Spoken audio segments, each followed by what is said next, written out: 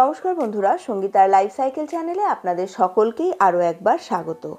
আজকে আপনাদের সঙ্গে শেয়ার করব পেপার চিকেনের একটি অসাধারণ রেসিপি, যেটা বানানো খুবই সহজ। পেপার চিকেন বা গোলমরিচ দিয়ে বানানো চিকেনের এই রেসিপিতে উপকরণও লাগে খুব কম। ভীষণ সিম্পল একটি রেসিপি, কিন্তু অত্যন্ত টেস্টি হয়। আজকের রেসিপি যে কোনো রেস্টুরেন্টের পেপার চিকেনের রেসিপিকেও হার মানাবে। আশা করছি রেসিপিটি আপনাদের পছন্দ হবে। রেসিপিটি পছন্দ হলে অবশ্যই লাইক করবেন। প্রয়োজন মনে হলে বন্ধুবান্ধব ও ফ্যামিলি মেম্বার্সদের সঙ্গে রেসিপিটিকে শেয়ারও করে নিন। আর আপনারা যদি আমার চ্যানেলে নতুন হন, তাহলে চ্যানেলটিকে সাবস্ক্রাইব করে অবশ্যই আমার পাশে থাকুন। ভিডিওটিকে সম্পূর্ণ দেখার অনুরোধ জানিয়ে আজকের রেসিপিটি শুরু করছি। 250 গ্রাম চিকেন নিয়েছি। আপনারা চাইলে বোনলেস বা বোনযুক্তও নিতে পারেন। চিকেনটাকে ম্যারিনেট করে রাখবো খুব সামান্য দুটো উপকরণ দিয়ে, টক দই আর গোলমরিচ। এখানে 2 টেবিল চামচ টক দই নিয়েছি আর 1 চামচ গোলমরিচের গুঁড়ো। ভালো করে মিশিয়ে নিয়ে 1 ঘন্টার জন্য ফ্রিজে রেখে দেব। চিকেনটাকে ম্যারিনেট করতে দিয়েছি। এবার আজকের মাংসের জোগাড়টা করে নিই। এখানে পেঁয়াজটাকে কুচি কুচি করে কেটে নিয়েছি। একই রকমভাবে লঙ্কা কুচি করে নিয়েছি, রসুন কুচি করে নিয়েছি, আদাও কুচি করে নিয়েছি, আর এর সঙ্গে কিছুটা ধনেপাতাকেও একদম কুচি কুচি করে কেটে নিয়েছি।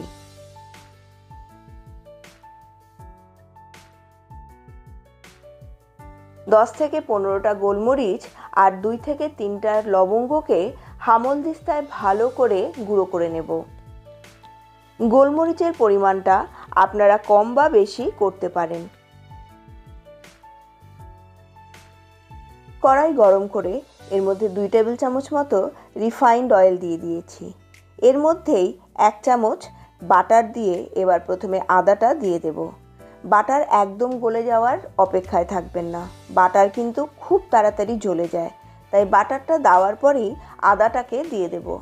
আদাটা ভালো করে একটু ভেজে নেব, যাতে কাঁচা আদার গন্ধটা একদম চলে যায়। এরপরে এর মধ্যে কুচি করে রাখা রসুনটাও দিয়ে দেব।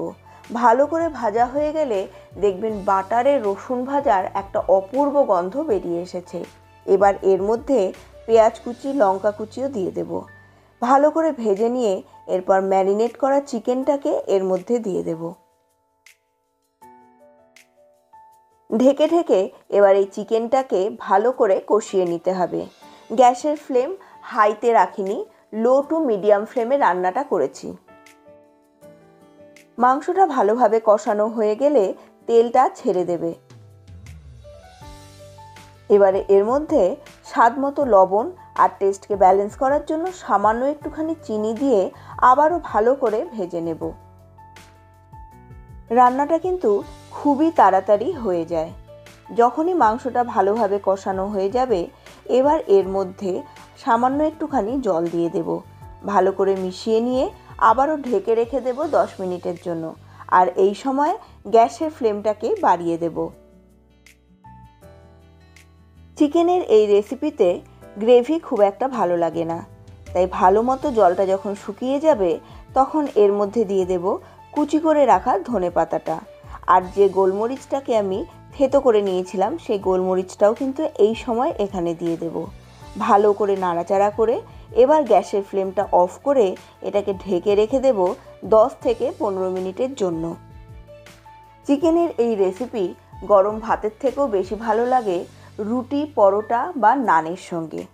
আপনারা চাইলে পোলাও বা ফ্রাইড রাইসের সঙ্গেও কিন্তু ট্রাই করে দেখতে পারেন, সেক্ষেত্রেও এটা ভীষণ ভালো লাগবে।